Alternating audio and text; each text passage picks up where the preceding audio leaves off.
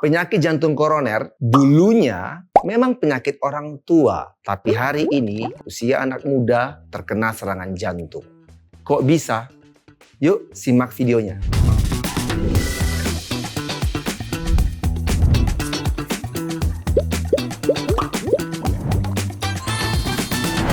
Halo, perkenalkan saya Dr. Tengku Budiansah, spesialis jantung dan pembuluh darah. Saat ini bekerja di Siloam Hospital Bogor.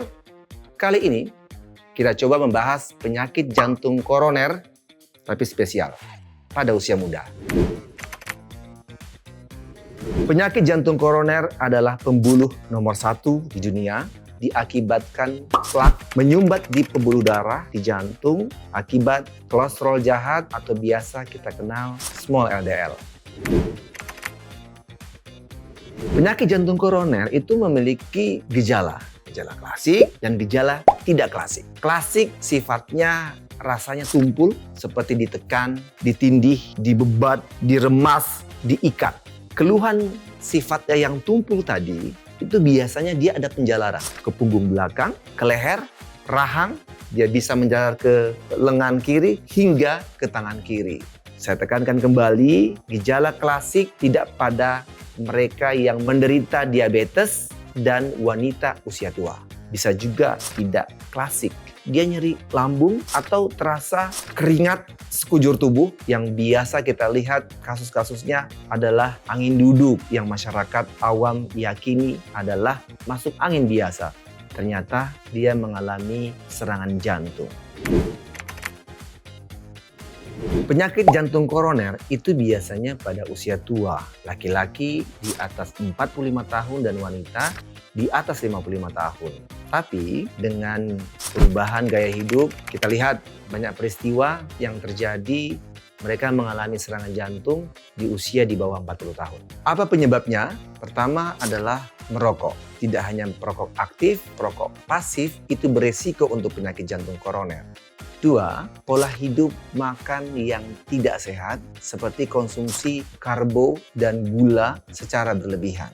Karbo lebih dari 400 gram dan gula tambahan lebih dari 40 gram yang berakibat small LDL yang bertanggung jawab penyumbatan jantung koroner semakin agresif. 3, sedentary lifestyle, mager kata anak Gen Z sekarang, yang berujung obesitas. Obesitas memiliki peran 4 kali memiliki resiko penyakit jantung koroner dari orang yang biasa. Yang keempat, yang jarang kita perhatikan adalah stres. Stres memiliki peran menyebabkan munculnya katekolamin dan berakibat pada kekakuan pembuluh darah, hipertensi tidak terkontrol, akhirnya Anda memiliki resiko penyakit jantung koroner. Poin kelima, polusi udara. Jangan salah, berolahraga dengan pemilihan tempat yang tidak tepat bisa menjadi bencana. Karena proses inflamasi mempercepat terjadinya plak yang berujung penyakit jantung koroner. Kemudian muncul pertanyaan, apakah penyakit jantung koroner bisa disembuhkan? Sayangnya tidak.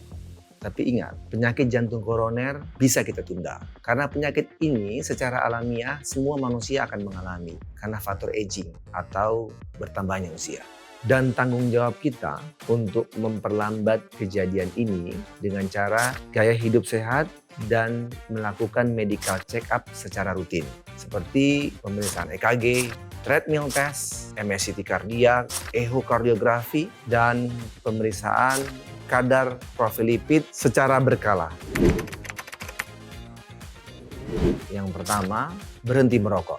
Yang kedua, hindari makanan olahan seperti sosis atau junk food. Yang ketiga, banyak beraktivitas, naik turun tangga, mengejar busway. Yang keempat, mengelola stres. Guideline atau pedoman Amerika dan Eropa mengeluarkan 7 cara hidup sehat. Yang pertama, membatasi karbohidrat 200 gram sehari, membatasi asupan garam 1,5 gram sehari, di lidah terasa hambar. 3 dan 4, sayur dan buah sebanyak-banyaknya minimal 200 gram. Harus ada pagi, siang, dan sore. 5, extra virgin oil 2 sendok per hari. 6. Ikan minimal 2 kali seminggu. Jika tidak ada ikan, 2 kapsul minyak ikan per hari. Dan yang terakhir, poin 7, melakukan olahraga berdasarkan resep olahraga dari hasil treadmill test. Penyakit jantung koroner adalah penyakit alamiah. Semua kita akan alami. Pola pikir, mindset, dengan cara pola hidup sehat dan medical check up adalah hal yang paling terpenting. Be your own heart hero. Jadilah pahlawan buat jantungmu sendiri. Salam sehat.